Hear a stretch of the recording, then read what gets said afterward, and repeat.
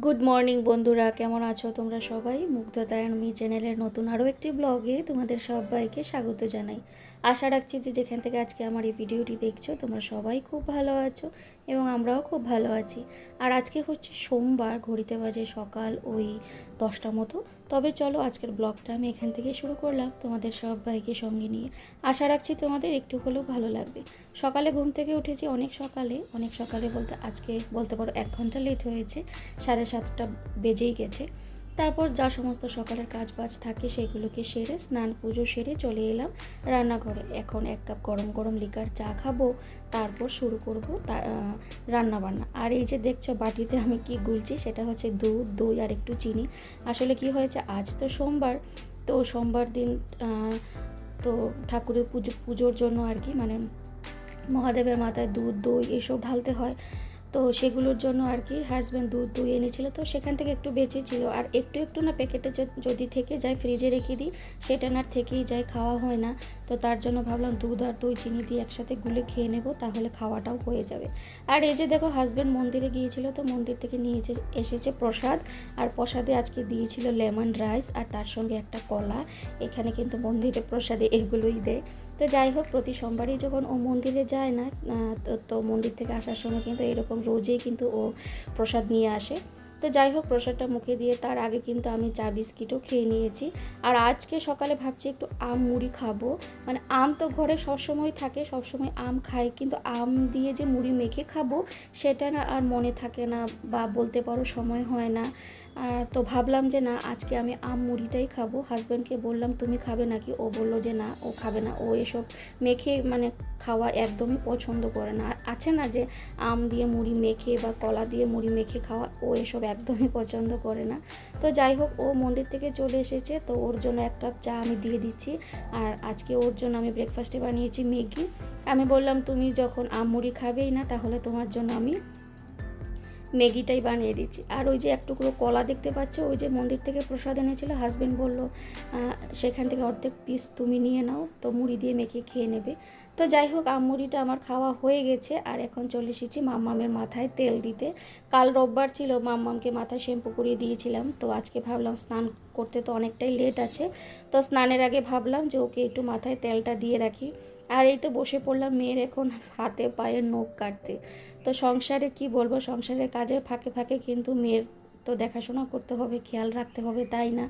তো সংসারের কাজে তো আমি ব্যস্ত থাকি, কিন্তু মাথায় এটাও ঘুরতে থাকে যে মাম্মামের এই সময় এটা করতে হবে, ওই সময় ওটা করতে হবে। এটা আমার মনে হয় প্রত্যেক মায়েদের মাথায় একটাই চিন্তা থাকে, বাচ্চাদের দেখাশোনা করা, কিভাবে কি করলে ভালো হবে। আর এই যে দেখো দুষ্টু নখ কেটে দিয়েছি, ও আবার দেখছে ভালো করে সব কিছু ঠিকঠাক হলো কি না, কাটা ভালো করে দেখছে।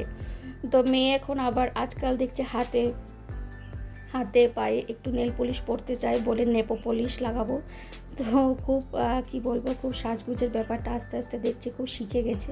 তো যাই হোক, মেয়ের হাতে পায়ে নখগুলো কেটে না চলে এসেছি আবার রান্নাঘরে।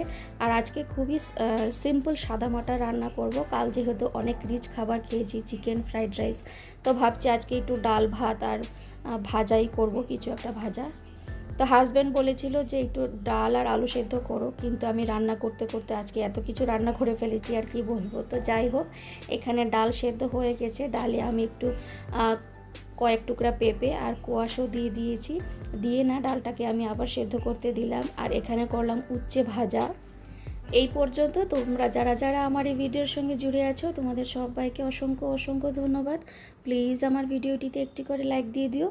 তোমাদের একটা লাইক আমার এই ভিডিওটি আর অনেকের কাছে পৌঁছে দিতে সাহায্য করবে।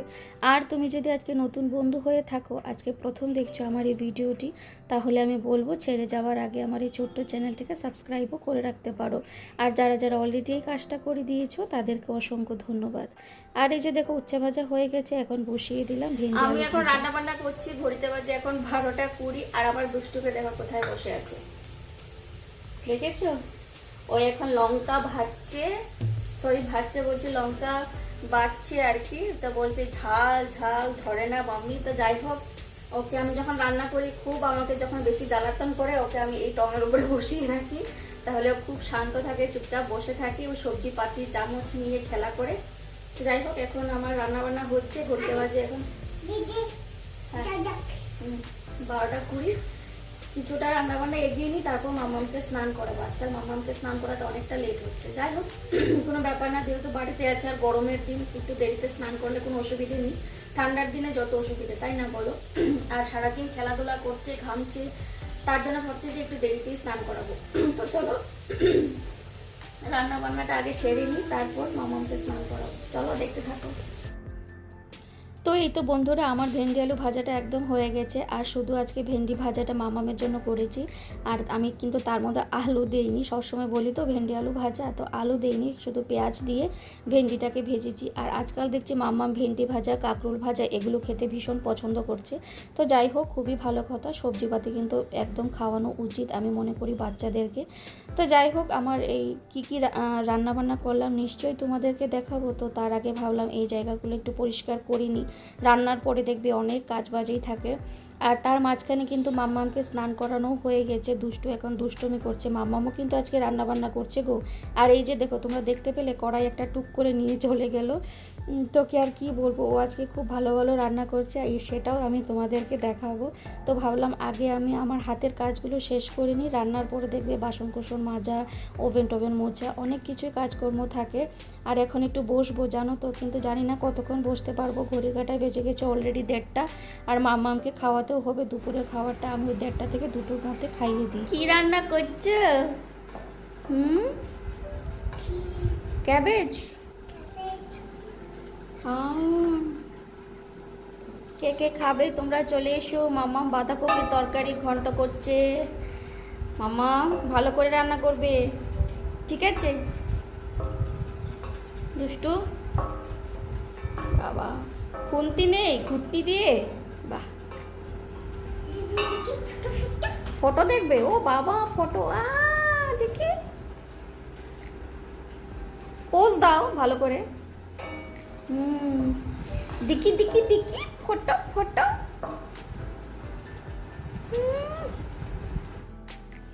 তো এই যে মাম্মামকে এখন ভাতও খাইয়ে দিব। তো তার আগে 3 টুকরো মাছ আমি ভেজে নিয়েছি, আমাদের 3 জনের জন্য 3 টুকরো।